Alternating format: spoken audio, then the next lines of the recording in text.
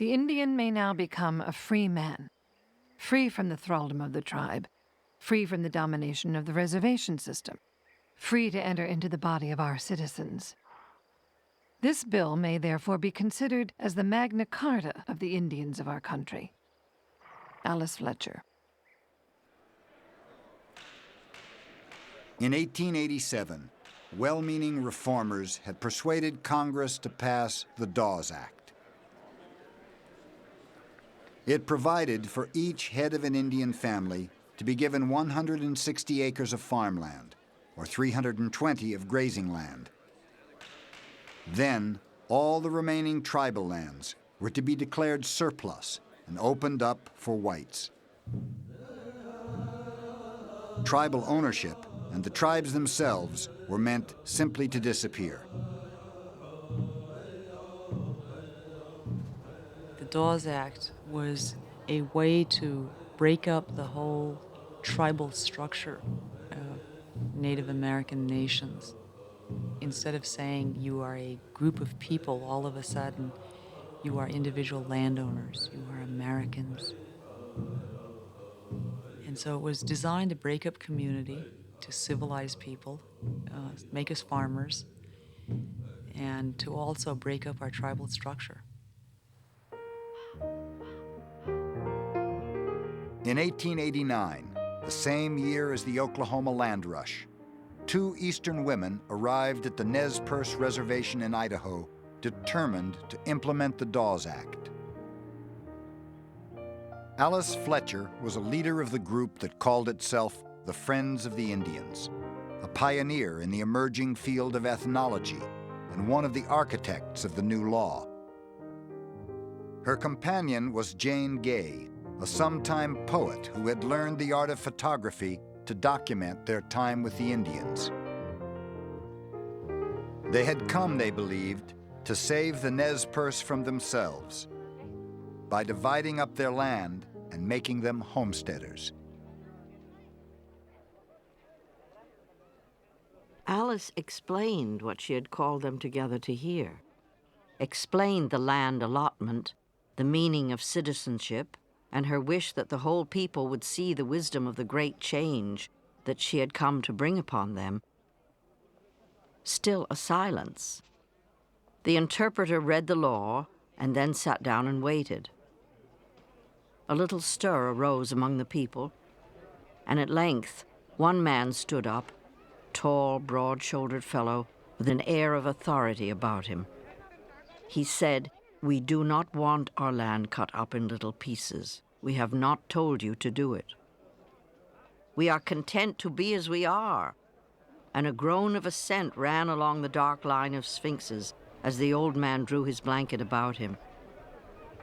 "Our people are scattered," said another. "We must come together and decide whether we will have this law."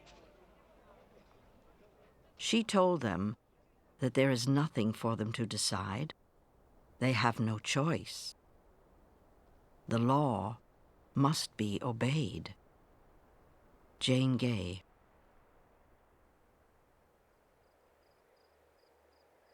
Alice Fletcher immediately set to work marking off the new boundaries on the reservation.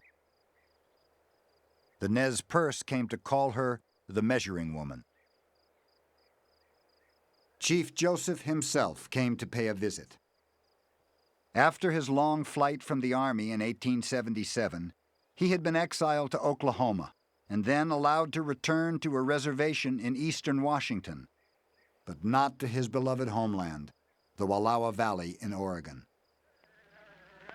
Using a new device, a wax cylinder, Fletcher convinced Joseph to record one of his traditional songs.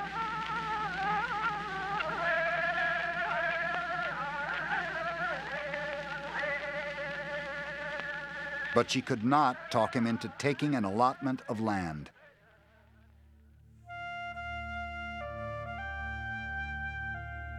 He will have none but the Wallowa Valley from which he was driven. He will remain landless and homeless if he cannot have his own again. It was good to see an unsubjugated Indian. One could not help respecting the man, who still stood firmly for his rights after having fought and suffered and been defeated in the struggle for their maintenance.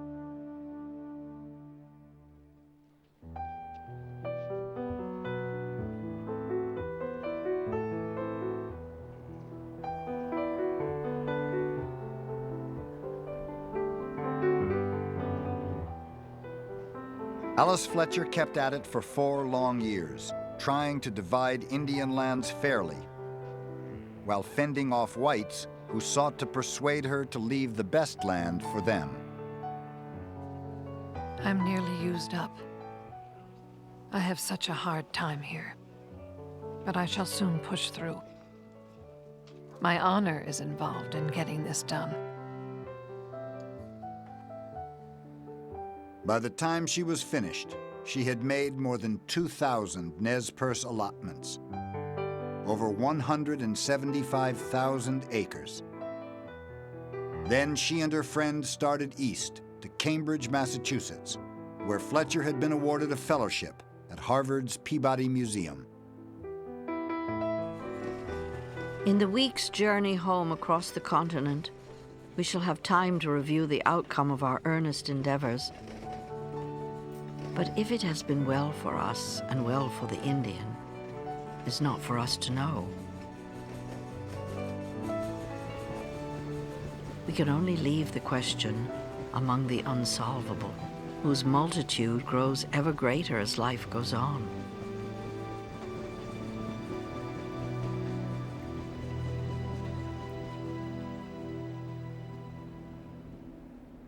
The Dawes Act, meant to help Indians, devastated them instead. In 1895, the remaining 500,000 unallotted acres of Nez Perce tribal land were declared surplus and opened for homesteading.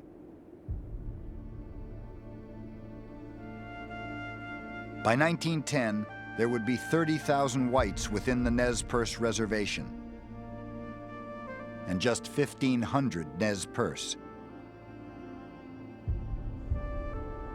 Across much of the West, the story would be the same. Before the Dawes Act, some 150 million acres remained in Indian hands. Within 20 years, 2/3 of their land was gone.